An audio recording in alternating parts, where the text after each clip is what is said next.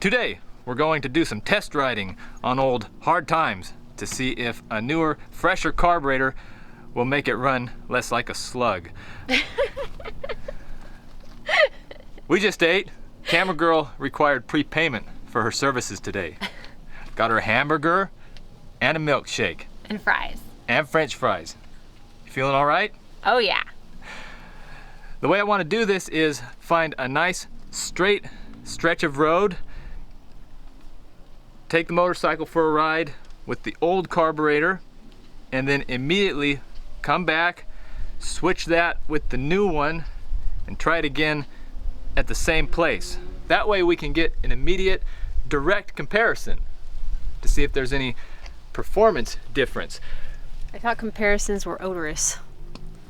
Well, so am I, but you keep me around. I'm still useful for something. Before we left this morning, I took apart both carburetors because I thought it would be smart to make sure they were both tuned as similarly as possible. That way, if there is a difference in how the engine runs, we can be sure it's the carburetor itself that's causing that difference rather than the way it's adjusted. I think you need a haircut. So here's a rundown on the carburetors. The needle clips are both in the middle position. The float levels are set so that the tab on the float touches the needle valve just when this line on the floats is parallel with the case of the carburetor.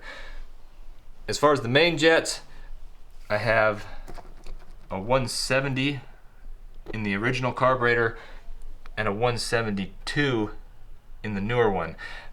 I don't have another 170 or 172 that I can change out so they match, but I think it'll be all right because there's not much difference between these two. For jetting, a bigger number means a bigger hole for the gas to go through. The pilot jets surprised me when I took these apart. The factory carburetor had a 45 pilot jet installed, and the newer one had a 40. If you don't trust me, you'll never know because I can't get this thing to focus.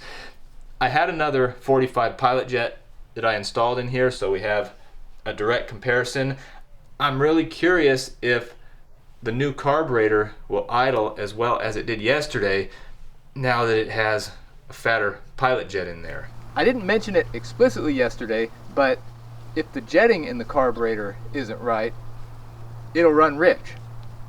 The wrong jetting can make a motorcycle run as poor as this one. Just to give you a refresher, try to get a shot of my throttle hand and the exhaust pipe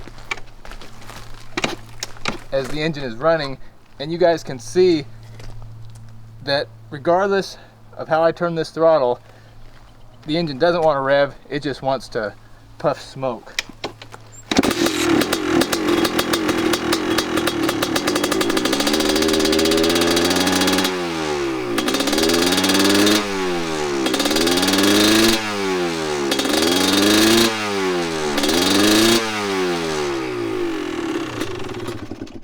If the engine was running right, if I turned the throttle that much, that was about over halfway, 60%, it should be screaming.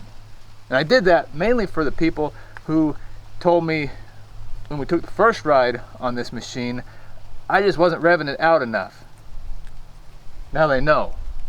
I know how to turn the throttle. You see I put my helmet on? Yeah. Now you can't see my hair. Or maybe even if I have a red nose today. At least it's not silver. Yeah, well, silver nose. Like old silver nose. The Italian devil. I'm going to go find a straightaway, and hopefully you can meet me there. All right. First mission is an exploratory one. Here we go.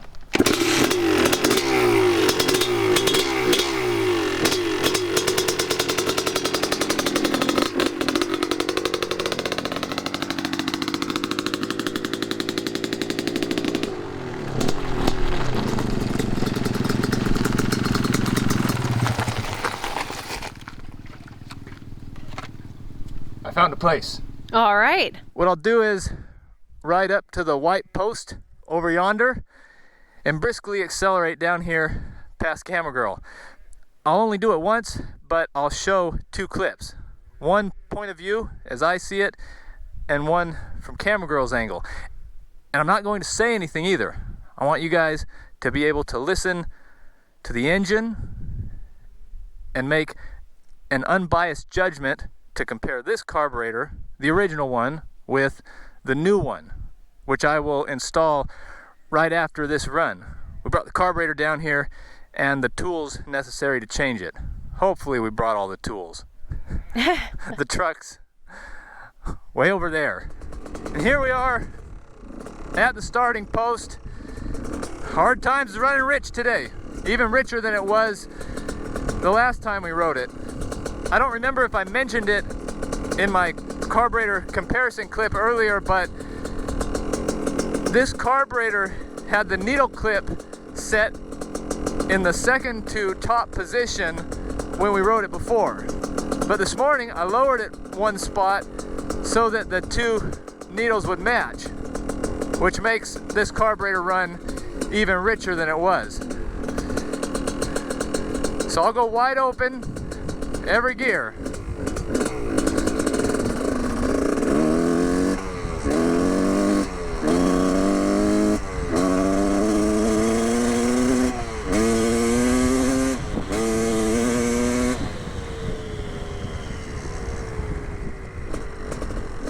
Now here's the same ride from my angle.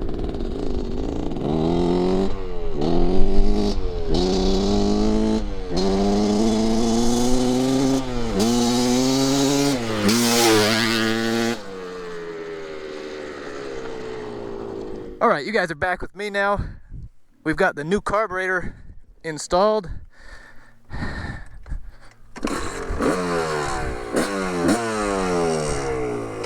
See if there's any difference.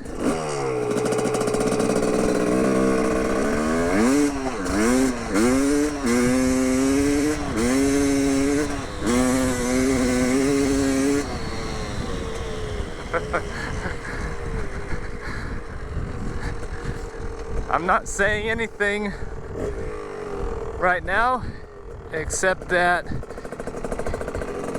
here's how that looked from Camera Girl's perspective.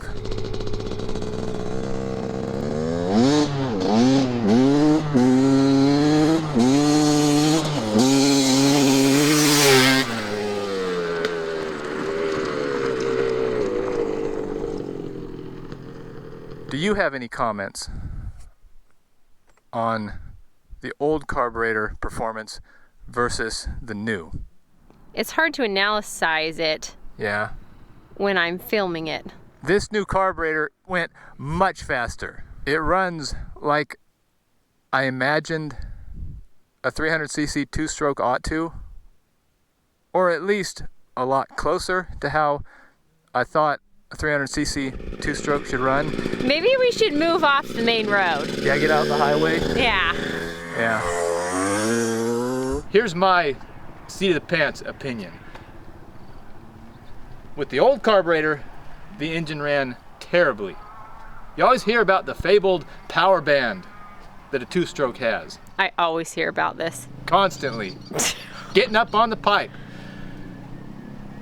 On the first run, it just barely started to get into that sweet spot when I was passing by you.